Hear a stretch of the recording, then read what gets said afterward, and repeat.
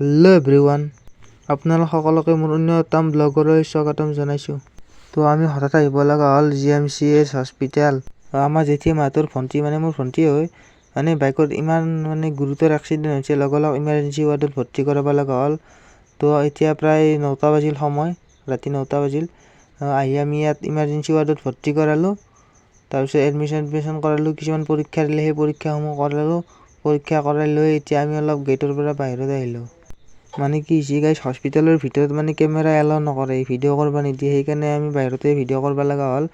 নহ'লে আপোনালোকক সম্পূৰ্ণ দৃশ্যটো দেখাব পাৰিলোঁ ক'ত কি হ'ল।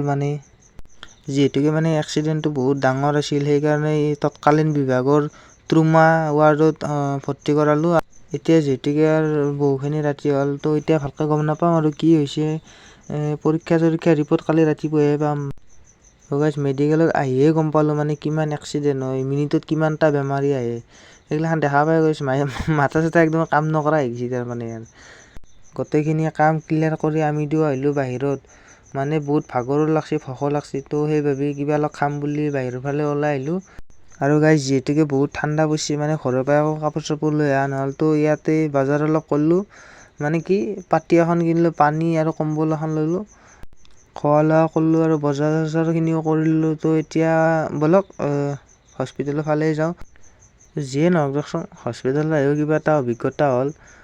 ক'ত কি কেনেকৈ কি কৰিব লাগে, এইগিলাখান বস্তু আৰু জীৱনৰ কাৰণে জানিলোঁ। আৰু কষ্ট খাবাৰটো বাকী নাইয়ে গাইজ। তো ৰাতিও ভালেখিনি হ'ল, 12টা বাজি গ'ল। তো গুড নাইট গাইজ, কাইলৈ আকৌ ৰাতিপুৱা নতুন এটা ব্লগৰ সৈতে লগ পাম। Bye bye.